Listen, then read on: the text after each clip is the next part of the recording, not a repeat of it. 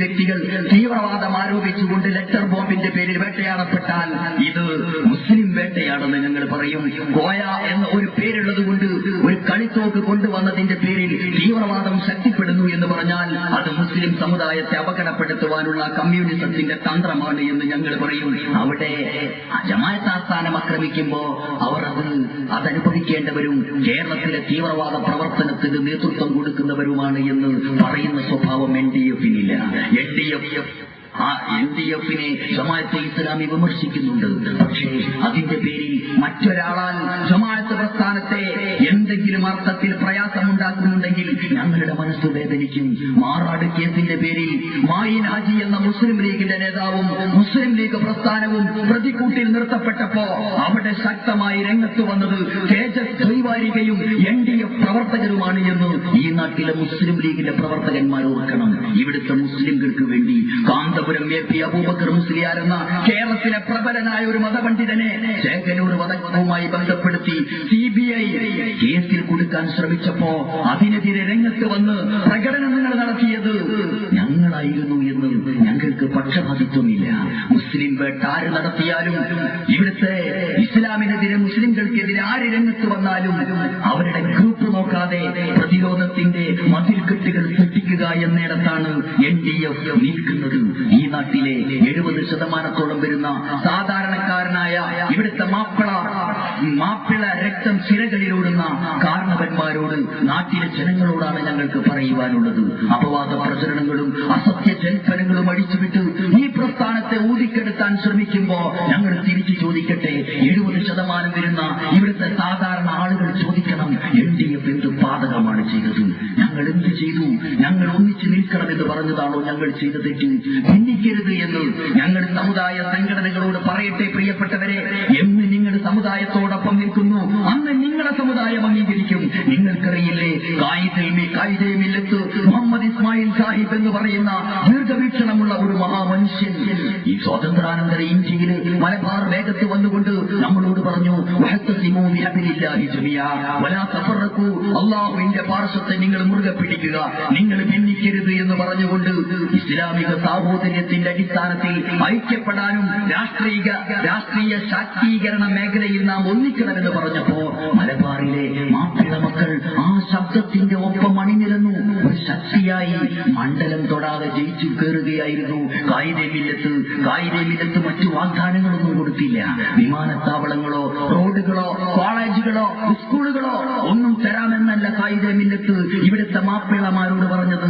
വഅ്തസിമൂ ബിഹബ്ലില്ലാഹി ജമിഅ എന്ന സന്ദേശം പറഞ്ഞപ്പോ, സമുദായത്തിന് വേണ്ടി സംസാരിച്ചപ്പോ കായിദമില്ലത്തിന്റെ കൂടെ എല്ലാവരും ഇവിടുത്തെ ജനങ്ങൾ കൂടി വലിയ വലിയ പ്രതാപം ആ രാഷ്ട്രീയ മുസ്ലിം ലീഗ് എന്ന് പറയുന്ന രാഷ്ട്രീയ പ്രസ്ഥാനത്തിനുണ്ടായി. പക്ഷേ ഇപ്പോൾ ചില ആളുകൾ, നമുക്കറിയാമല്ലോ, ആ പാർട്ടി ഖായിദുൽ ഖൗം സയ്യിദ് അബ്ദുറഹിമാൻ ബാഫഖി തങ്ങൾ ആ കൂട്ടായ്മയ്ക്ക് ശക്തി പകർന്നു എങ്കിൽ ആ പാർട്ടി ഇന്ന് പരമാവധി സമുദായത്തിൽ നിന്ന് ആരൊക്കെ മാറ്റി നിർത്താൻ പറ്റുമെന്നതിനെ കുറിച്ച് ചിന്തിക്കുകയാണ്. വേദനയുണ്ട് പ്രിയപ്പെട്ടവരെ, പ്രയാസമുണ്ട്. ഞാൻ ചോദിക്കട്ടെ, സമസ്ത കേരള ജംഇയ്യത്തുൽ ഉലമ എന്ന കേരളത്തിലെ ഒരു പ്രബല മതപണ്ഡിത സംഘടനയിൽ അഭിപ്രായ വ്യത്യാസം വന്നപ്പോ മധ്യസ്ഥ റൂളിൽ ഇടപെടേണ്ടിയിരുന്ന മുസ്ലിം ലീഗ് എന്ന രാഷ്ട്രീയ പ്രസ്ഥാനത്തിന്റെ നേതൃത്വം ചില ഉപജാപ സംഘങ്ങളുടെ വലയിൽപ്പെട്ട് പക്ഷപാതിത്വത്തോടുകൂടി ഇടപെട്ടു. എറണാകുളം സമ്മേളനവുമായി ബന്ധപ്പെട്ട വിഷയത്തിൽ എന്ത് സംഭവിച്ചു? മുസ്ലിം ലീഗ് എന്ന മുസ്ലിംകളുടെ മൊത്തത്തിലുള്ള ഒരു രാഷ്ട്രീയ വേദിയിൽ നിന്നും ഒരു പ്രബല വിഭാഗം പിണങ്ങിപ്പോയി. ആ പിണങ്ങിപ്പോയവർ പിന്നീട് ലീഗിലേക്ക് തിരിച്ചു വന്നിട്ടില്ല. ഈ സംഭവം മനസ്സിലാക്കാതെയാണ് ഇന്നും LDF-നെ വിമർശിക്കാൻ വേണ്ടി ചില വയനാടിന്റെ മലമടക്കുകളിൽ നിന്ന് ചില ആളുകൾ വന്നുകൊണ്ട് ഇവിടുത്തെ പഴയകാല ആളുകളുടെ പോരാട്ട വീര്യങ്ങളൊന്നും പഠിക്കാതെ, ചരിത്രമൊന്നും ഉൾക്കൊള്ളാതെ മലപ്പുറത്തിന്റെ പവിത്രമായ മണ്ണിൽ വന്നുകൊണ്ട് ജില്ലാ സമ്മേളനത്തെ അഭിമുഖീകരിച്ചുകൊണ്ട് എന്ത് ഷഹാദത്ത്, എന്ത് ജിഹാദ് എന്നൊക്കെ പറഞ്ഞുകൊണ്ട് വളർന്നു വരുന്ന തലമുറയിലെ പ്രതികരണ ശേഷിയെ ശാന്തീകരിച്ച് ബ്രോയിലർ കോഴികളാക്കി മാറ്റാൻ മുസ്ലിം ജനതയ്ക്കിടയിൽ ശാന്തീകരണ പ്രവർത്തനങ്ങളും ഭീരുക്കളുമാക്കി മാറ്റാൻ ശ്രമിച്ചുകൊണ്ടിരിക്കുന്നത് നാട്ടുകാർ തിരിച്ചറിയണം. വ്യാപകമായി ഇതിനെയും മാറ്റി നിർത്തിയാൽ പിന്നെ ആരുണ്ട്? നമ്മൾ ഇന്ന് ഓരോരുത്തരും അവരവരുടെ ആവശ്യങ്ങൾക്ക് വേണ്ടി സംസാരിച്ചുകൊണ്ടിരിക്കുകയാണ്. നേരത്തെ ഇവിടെ സൂചിപ്പിച്ചതുപോലെ മുസ്ലിം ലീഗ് മുസ്ലിങ്ങൾക്ക് വേണ്ടി സംസാരിച്ചപ്പോ മുസ്ലിങ്ങൾ അവർ അംഗീകരിച്ചിട്ടുണ്ട്.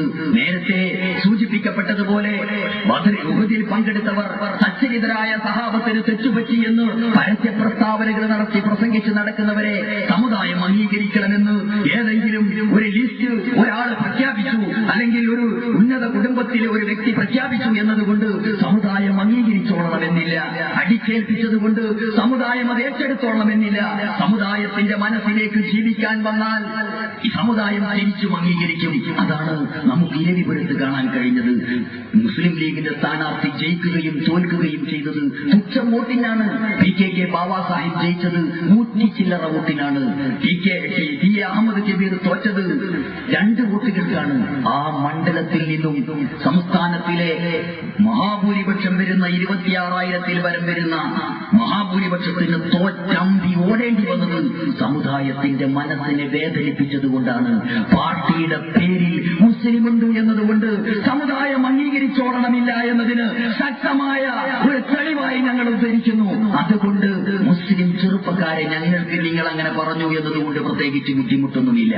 ഒരു കാര്യം ഞങ്ങൾ ഈ നാട്ടിലെ കാരണവന്മാരോട് ഓർമ്മപ്പെടുത്തുന്നു. കാരണവന്മാരെ, നിങ്ങളാണ് ഞങ്ങൾക്ക് കഴിഞ്ഞ കാല തലമുറയുടെ ചരിത്രം പറഞ്ഞു തന്നത്. മഹാനായ വാരിയം കുന്നത്ത് കുഞ്ഞഹമ്മദ് ഹാജിയെ വെടിവെക്കുന്ന സന്ദർഭത്തിൽ ബ്രിട്ടീഷുകാരോട് അദ്ദേഹം ഒരു അഭ്യർത്ഥന നടത്തി. എന്നെ പിന്നിൽ നിന്ന് നിങ്ങൾ വെടിവെക്കരുത്. കാരണം പിന്നിൽ നിന്ന് വെടിവെച്ചാൽ ഞാൻ പേടിച്ചോടുമ്പോ വെടിയേറ്റ് മരിച്ചതാണ് എന്ന് ചരിത്രം പറയും. അതാകുമ്പോ ഞാൻ ഭീരുവാകും. അതുകൊണ്ട് നിങ്ങൾക്ക് ധൈര്യമുണ്ടെങ്കിൽ മുന്നിൽ നിന്ന് വെക്കടാ വെടി എന്ന് പറഞ്ഞുകൊണ്ട് മാറത്തേക്ക് വെടിയുണ്ടകൾ സന്തോഷത്തോടുകൂടി സ്വീകരിച്ച് രക്തസാക്ഷിയായി ആരുടെ മുമ്പിലും ഒതുങ്ങിത്തരാൻ സന്നദ്ധമല്ല എന്ന് പ്രഖ്യാപിച്ച വാരിയം കുന്നത്ത് കുഞ്ഞഹമ്മദ് ഹാജിയുടെ അവരുടെ രക്തമാണ് സിരകളിലോടുന്നത്.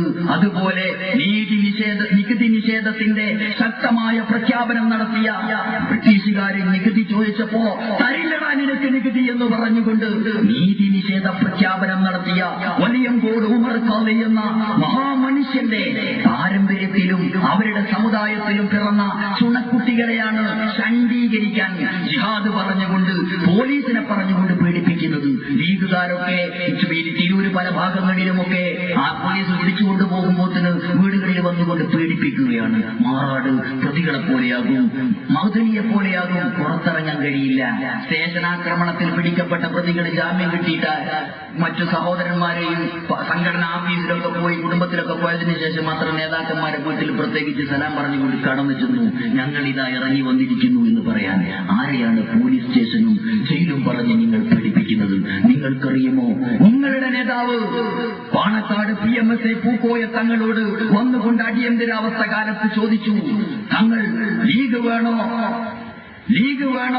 അതല്ല വീട്ടിൽ കൂടണമോ എന്ന് ചോദിച്ചപ്പോ, ജയിൽ വേണമോ എന്ന് ചോദിച്ചപ്പോ തങ്ങള് ആദർശത്തിൽ അധിഷ്ഠിതമായി ജീവിക്കുന്ന തങ്ങള് പറഞ്ഞു, എനിക്ക് ആദർശത്തിൽ നിൽക്കേണ്ടി വന്നു എന്നതുകൊണ്ട് ജയിലാണ് നിങ്ങൾ തരുന്നതെങ്കിൽ ആ ജയിൽ മണിയറയായും കയ്യാമും പൂമാലയായും ഞാൻ സ്വീകരിക്കുന്നു എന്ന് പറഞ്ഞുകൊണ്ട് ജയിലിലേക്ക് പോയ പാണക്കാട്ട് തങ്ങളുടെ അതേ പിൻതലമുറക്കാരാണ് NDF ന്യായത്തിനും നീതിക്കും ഒരു ആദർശത്തിനും വേണ്ടി നിൽക്കുമ്പോ സ്റ്റേഷനിൽ പോകേണ്ടി വരും, ജയിലിൽ പോകേണ്ടി വരും എന്ന് വരുന്ന ഘട്ടത്തിൽ അവരെ വന്ന് അത് പറഞ്ഞ് പേടിപ്പിക്കുന്നത്.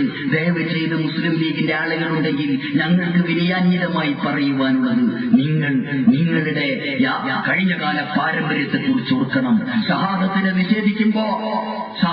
നിഷേധിക്കുമ്പോ രക്തസാക്ഷികളെ കുറിച്ച് അതില്ല എന്ന് പറയുന്നവർ മജീദ് റഹ്മാൻ കുഞ്ഞിപ്പമാരെ മറന്നു പോകരുത് കേട്ടോ.